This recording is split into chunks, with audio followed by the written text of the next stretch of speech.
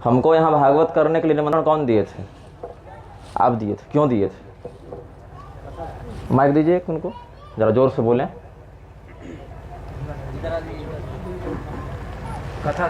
कथा के लिए। कैसे पता चला कि हम कथा करते हैं? सुने थे आपको यूट्यूब। हाँ, और हम ही को क्यों बुलाए आप? कथा तो बहुत लोगों की सुने होंगे, क्यों हमको बुलाए? शास्त्रीय परंपरा के लिए। तो कल इस मंच के सामने जो रात को हुआ है वो शास्त्रीय है कि अशास्त्रीय है, ये बताइए। तो क्यों आप नहीं रुकवाए? मैं तुरंत आके तुरंत मैं था नहीं, पिताजी भी रायबरेली रात में निकल गए थे। मेरे भागवत मंच पर कोई हड्डी खून चमड़ी का व्यक्ति नहीं बैठा है। कोई भी व्यासपीठ हो, उस पर जो आचार्य उपस्थित होते हैं उनको सुखदेव और व्यास का स्वरूप मानते हैं। और वहां पर क्या कहा जाता है? शुकरूप प्रबोधज्ञ सर्वशास्त्र विशारद एतत् कथा प्रकाशेन मद ज्ञानम विनाशय, कि आप सभी शास्त्रों में निपुण सुखदेव स्वरूप हैं। इस श्रीमद् भागवत रूपी कथा का प्रकाशन करके आप मेरे अज्ञान का विनाश करें।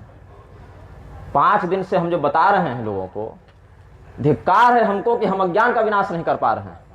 पहले दिन महात्म्य में हम समझाए कि परीक्षित जी को उद्धव जी ने कथा नहीं सुनाई, दिग्विजय करने भेजा ये आदेश देकर कि कलयुग विघ्न करेगा, अनुष्ठान में दिक्कत हो जाएगी, इसीलिए कलि निग्रह माचर, कलयुग का निग्रह करो। और आपको मैं व्यक्तिगत रूप से नहीं कह रहा हूं, मैं सबको सामूहिक रूप से कह रहा हूं। बस पहचानता आपको, इसलिए आपको उपलक्षण में रखा है, क्योंकि ये सबों के लिए है मेरा वचन। और मैं यहां पर अपने जीवन के 7-9 दिन देकर आया हूं, जिसमें 1 सेकंड आपने हमको नहीं दिया। मेरे जीवन की प्रत्येक श्वास ईश्वर ने हमें दी है, और ईश्वर ने हमको इसलिए नहीं दी है कि हम लोगों का मनोरंजन करें और प्रदीप के जैसा टोटका बताए और अनिरुद्ध के जैसा चुटकुला बताएं, इसके लिए नहीं दिया है। और मेरे विरोधियों को मेरे चरित्र में, मेरे आचरण में एक दोष की बस प्रतीक्षा है कि कैसे इसके जीवन में एक गलती हम देखें और फिर सारे लोग हावी हो जाएं। और मेरा फोटो लगाकर श्रीमद् भागवत का नाम लेकर सामने बिल्लो रानी और मैं शराबी तू शराबी पर नाच होगा लड़कियों का, और वो अगर वीडियो को डाल दे कहीं पर तो क्या मेरी प्रतिष्ठा रहेगी? ये भागवत महापुराण कोई किताब नहीं है, अखबार नहीं है कि स्याही से छाप दिए आप। भगवान हम लोगों पर कृपा करके उद्धव जी के सामने अपने वैष्णवी तेज को इसमें प्रतिष्ठित किए हैं। तेनेयं वाङ्मयी मूर्ति प्रत्यक्षा वर्तते हरे। ये हम नहीं बोल रहे हैं, ये भागवत महापुराण में वेदव्यास जी ने स्वयं इसका प्रमाण लिखा है, महात्म्य के अंतर्गत लिखा है, अन्य विषयों में लिखा है। जब हम बता रहे हैं कि द्यूत पानम स्त्रियस्तूना इत्रा धर्मश्च चतुर्विध, 4 जगह धर्म का वास होता है, तो अभिभावक क्यों नहीं अपने बाल बच्चे को संस्कार देते हैं? उनको तो होश नहीं, वो तो बच्चे हैं, ऐसे पूरे बच्चे भी नहीं हैं। मोबाइल चलाने का होश है, नाचने का होश है, गीत का होश है, और बस इसका होश नहीं है उनको। इतने बच्चे तो नहीं है, 5-6 साल के अबोध बच्चे। तो माता पिता उनको क्यों उचित शिक्षा नहीं दे रहे हैं कि ये मनोरंजन का मंच नहीं है, भागवत का मंच है? कल मुझे ज्वर था, दवा खाकर हम विश्राम कर रहे थे, मेरी नींद 5 बार टूटी। आप मुझे रात भर जगाइए, हमको कोई दिक्कत नहीं, भगवान का नाम गा के जगाइए ना जी, हम साथ में जगेंगे आपको। शास्त्र में जागरण का विधान है, मनोरंजन के लिए ये मंच नहीं है ना। आप मनोरंजन के लिए पैसा खर्चा किए हैं। हम कल ही रात को अपना वापसी का टिकट देख रहे थे, 1 सीट बची थी, हम बोले हम निकल जाते हैं, पारायण आपका पूरा होगा, यज्ञ मंडप में कर्मकांड पूरा होगा, दक्षिणा भी मत दीजिएगा, मैं सबको दे लूंगा, मैं अपनी दक्षिणा भी छोड़ दूंगा अगर ज्यादा खर्चा होगा तो। क्योंकि कारिता कण लोभे न कथा सार ततोगतः, धन के लोभ से की गई कथा का सार चला जाता है, यही कलयुग का प्रभाव है। और मैं उससे भगवान की कथा को बचाने की सेवा करने का ही संकल्प लेकर यहां बैठता हूं कि अन्य लोग जो कथा को विकृत कर रहे हैं वो कम से कम हम उसमें दोषी न बने। तो इसीलिए आज हम कथा नहीं करेंगे, ये दंड है आपका। कृपा करके मैं यहां रुका हुआ हूं अभी तक, नहीं तो मैं कल ही जा रहा था। लंगड़ा नहीं हूं, पैर से पैदल भी स्टेशन तक जा सकता हूं, भले 4 दिन में पहुंचूं। सामान रख लें, बाद में आएगा चाहे नहीं आएगा। आप इतना खर्च क्यों कर रहे हैं? आपके जो यजमान हैं हमारे, वृद्ध हैं, विनम्र हैं, बस उनका ख्याल करके कि उनका जीवन अपने अंतिम पड़ाव पर है, चौथे पल में पहुंच गए हैं, तो कम से कम उनको बुरा न लगे, इसीलिए बस उनका चेहरा देखकर हम रुक गए कि विनम्र हैं, वृद्ध हैं, उनको बुरा न लगे, उनका कोई दोष नहीं इसमें। और ये केवल आपको नहीं कह रहा हूं, मेरे समस्त श्रोताओं को और भविष्य में जो आयोजक होंगे उनको भी। अभी मेरी पिछली कथा जहां कौशाम्बी में हुई, परीक्षण में पता चला कि उनका जनेऊ सही समय पर सही विधि से नहीं हुआ था। वो दक्षिण भारत जाकर विधिवत जनेऊ कराकर पूरा संस्कारित होकर आए, तब हमने कहा कि आप यहाँ कथा करेंगे। ऐसे नहीं मैं आ जाता हूँ। आप 1 करोड़ देकर चारों शंकराचार्य को बुला कर ले आइए, आपका सामर्थ्य होगा वो आ जाएंगे, हमको कोई मतलब नहीं है। निग्रहाचार्य को बुलाने के लिए धन नहीं, साहस और सदाचरण चाहिए, बता दे रहा हूँ। तो मैं केवल यजमान की वृद्धावस्था को और विनम्रता को और उनके चौथेपन की स्थिति को देखकर रुक गया हूं। आज मैं कथा नहीं करूंगा, क्योंकि आप कथा के अधिकारी नहीं हैं। परीक्षित जी को कथा इसलिए नहीं सुनाई कि वो राजा थे।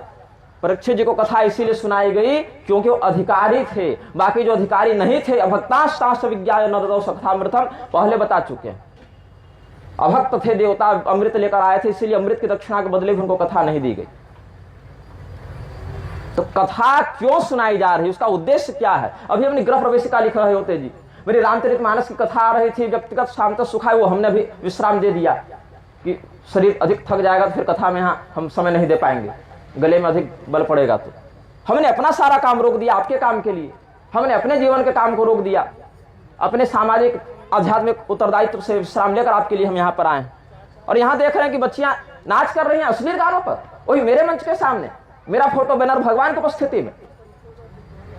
हम आपको प्रबुद्ध कराने के लिए यहाँ पर आए हैं। और उसमें भी कोई सज्जन आए थे रोकने के लिए बीच में, मैं तो चेहरे से नहीं जानता सबको, यहाँ पर कोई रोकने आए भी थे।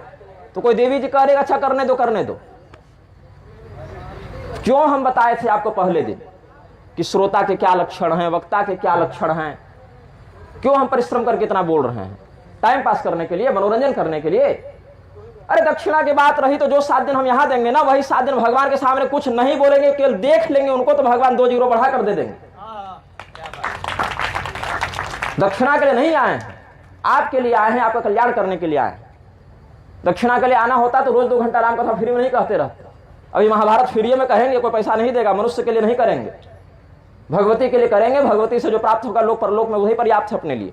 ब्राह्मणस्य ही देहोयम क्षुद्र कामाय नश्यते। ब्राह्मण का शरीर भौतिक विषय वासना के लिए नहीं है। ब्राह्मण मरने के बाद ही सुखी होता है परलोक में, जीवन में ब्राह्मण सुखी नहीं होता है।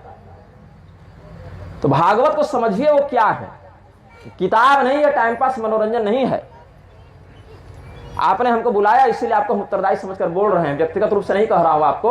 आप इस भाव को समझिएगा। हृदय में वेदना है, पीड़ा है, इसलिए इतना व्यक्त कर दे रहा हूं, नहीं तो इतना भी नहीं बोलता।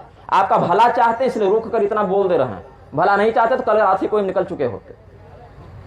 फिर भी रुक गए। आज ये बताने के लिए रुक गए कि ऐसा मत करो, और अगर ऐसा करना है तो मुझे मत बुलाओ, अपने कमरे में नाचो गाओ मर जाओ, हमको कोई मतलब नहीं है। भागवत के सामने अनर्थ करोगे तो वाचिक के साथ शारीरिक दंड भी दूंगा, भी बोल दे रहा हूं। और उसके लिए हमको हाथ भी नहीं उठाना पड़ेगा। संकल्प शक्ति से ब्राह्मण सृष्टि भी कर सकता है, संकल्प शक्ति से विनाश भी कर सकता है।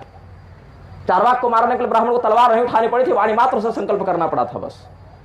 भागवत के लिए जिए हैं, नाम ही श्री भागवतानंद है। जब पेट में थे ना तब माता पिता भागवत पढ़ा रहे थे। पैसा कमाने के लिए बाबा नहीं बने हैं हम यहाँ पर। तो पहले सदाचारी बनिए। भागवत हम 7 दिन नहीं 70 दिन सुनाएंगे, फ्री में सुनाएंगे। कोई टेंट माइक पंडाल मत लगाओ, कमरे में बैठ जाओ, शुरू हो जाओ, सत्संग करेंगे। लेकिन अधिकारी बनकर कीजिए। जो अधिकारी था ना, उसके लिए वो सुखदेव जी आ गए जो घर छोड़कर, पिता का मुंह नहीं देखे घर छोड़कर चले गए थे, वो भी अधिकारी को देखकर वापस लौटे। और अधिकारी नहीं रहोगे तो देवराजेंद्र के पद पर बैठ जाओ, कोई लाभ नहीं है उससे। पुनः ऐसा प्रमाद नहीं होना चाहिए। और कल जो कुकर्म किए हैं उसके प्रायश्चित में 3 घंटा कीर्तन कीजिए, जो कथा का समय है। कीर्तन करवाइए इन लोगों से, सबसे। भाई यमराज, हम अपने कुकर्म से बदनाम हो, समझ में आता। भैया तुम्हारे कुकर्म से मेरा माथा क्यों झुके? कि निग्रहाचार्य कैसा आदमी है, सबको गाली देता है, देखो उसके मन पर ये हो रहा है, यही लोग कहेंगे फिर। तो आपका कल्याण चाहने के लिए हम रुक गए, इतना बोल दिए। बाकी पारायण पूरा हो रहा है आज का, और आप लोग कीर्तन करवाइए। वो आधे घंटे का जो 30 मिनट का गलत हुआ ना, उसके बदले आप 3 घंटा कीर्तन कीजिए। मध्यम स्वर में भगवान के प्रति क्षमा प्रार्थना करते हुए कीर्तन कीजिए। राम नाम और पूरे भागवत में कोई भेद नहीं है, उसी का उपबृंहण है, भगवान नाम का ही उपबृंहण है। धर्मशास्त्र आदि पुराण जो हम कह रहे हैं उसको हृदय से समझिए, बच्चों को समझाइए। खाली नारेबाजी करने से और रैली निकालने से हिंदू का उद्धार नहीं होगा। शरीर से, चमड़ी से दुर्योधन भी हिंदू ही था, रावण भी हिंदू ही था, शिव जी की खूब पूजा करता था, लेकिन राक्षस कहलाया, अधर्म का पक्ष कहलाया। भाई मैं शारीरिक रूप से थका हुआ हूं, अस्वस्थ हूं थोड़ा, मौसम की भी कुछ मार है, ठंडी अधिक है, इतनी यात्राओं में रहता हूँ, मौसम पानी बदलता है, गले पर असर भी है, काढ़ा पी पी कर कथा कर रहा हूँ आपके लिए, अपना ग्रंथ लेखन छोड़ दिया हूँ, अपना नित्य स्वाध्याय नित्य प्रवचन से विश्राम ले लिया हूँ। उसके बाद ये हाल है कि जिस मंच पर बैठकर हम श्रोता और वक्ता के लक्षण बताएं, एक एक श्लोक पढ़ पढ़ के विधान से 5 दिन जाते जाते ये दुर्बुद्धि हो गई मन में, तो धिक्कार हमको है फिर कि हम कैसा बता रहे हैं कि आप नहीं समझ पा रहे हैं। तो इस बात को बहुत गंभीरता से सुनो, समझो और सुधार करो। और अगर हमको सुधार दिखेगा तब कल करेंगे, और नहीं सुधार दिखेगा तो भूल जाओ कि कोई निग्रह इस गांव में आए थे कभी। 5 दिन सुन लिए हमारे मुंह से, वो भी किसी जन्म का पुण्य था जितना मिल गया, नहीं तो ये भी दुर्लभ है।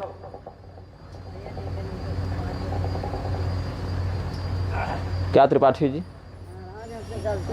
आप लोग से गलती थोड़ी हुई है, आपसे गलती होती, आपसे गलती होती तो कल हम चल गए रहते। आप ही कारण रुके हुए हैं, क्षमा करो, आप ही के कारण रुके हैं। आज हमको मत बोलिए मुझे क्या करना है, क्योंकि मैं इस मानसिकता में नहीं कि उस समर्पण से मैं कह सकूं। मैं भागवत के अपमान से व्यथित हूं, उसका पहले प्रायश्चित कीजिए, फिर आगे कथा सुनिए। प्रायश्चित स्वरूप हमने कहा है 3 घंटा कीर्तन कीजिए, इसके अतिरिक्त और मेरे पास कोई समाधान नहीं है। जिद मत कीजिए, जो कह रहे हैं सो कीजिए, कल्याण को उपदेश करना मेरा काम है। तो पहले जो हुआ है उसका जो समर्थन किए हैं, जो कृत्य किए हैं, पड़ोसी आपकी बात मान नहीं रहा, आप हमको बता रहे हैं कि हमको क्या करना है नहीं करना है। तो जो कह रहे हैं उसको पहले कीजिए, पूर्ण समर्पण से, भक्ति से, हृदय में किए अपराध को ग्लानि से समझते हुए भगवान से क्षमा मांगिए। 3 घंटा कीर्तन कीजिए, एक पहर कम से कम, 8 पहर होते हैं ना, एक एक पहर कह रहे हैं, ये नहीं कह रहे 24 घंटा खंड कर दीजिए। 3 घंटा बढ़िया से कीर्तन कीजिए, मन में ही कीजिए, जोर से बोलने में तकलीफ होगी तो, वाणी में छाले हो गए होंगे तो मन से कीजिए, लेकिन उस भाव को समझ कर कीजिए। और अभी है आपके पास समय पर्याप्त, हम आपको कथा सुना कर जाएंगे पूरी, लेकिन तब जब लगेगा कि हाँ अधिकारी हैं। भाई न्यूनतम अर्ता रहिए ना, हम थोड़े कह रहे हैं कि अश्वमेध राजसूय यज्ञ कर लीजिए। आप सामान्य सदाचार कि भगवान के सामने कैसे प्रस्तुत होना है बताइए। आपके घर का मुखिया विधायक आएगा तो बहू बेटी ऐसे ही नाचेगी ऐसे गानों पर, तब बढ़िया से रहते हैं, सब नियंत्रण रहो, मर्यादा में रहो, रहेंगे कि नहीं। अब भगवान के कोई महत्व नहीं है यहाँ पर, भगवान मतलब एक 3rd क्लास आदमी से भी छोटे हो गए।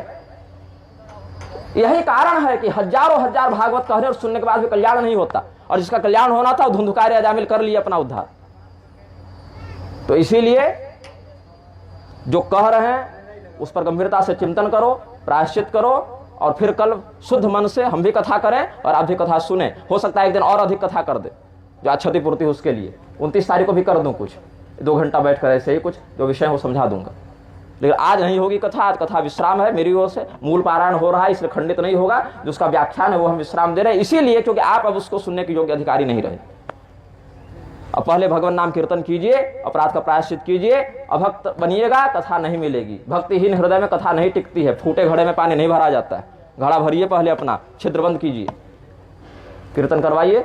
और मेरे कमरे में कोई आया क्षमा मांगने तो धुन आएगा, बोल दे रहे हैं, अभी दिमाग बहुत गर्म है यार।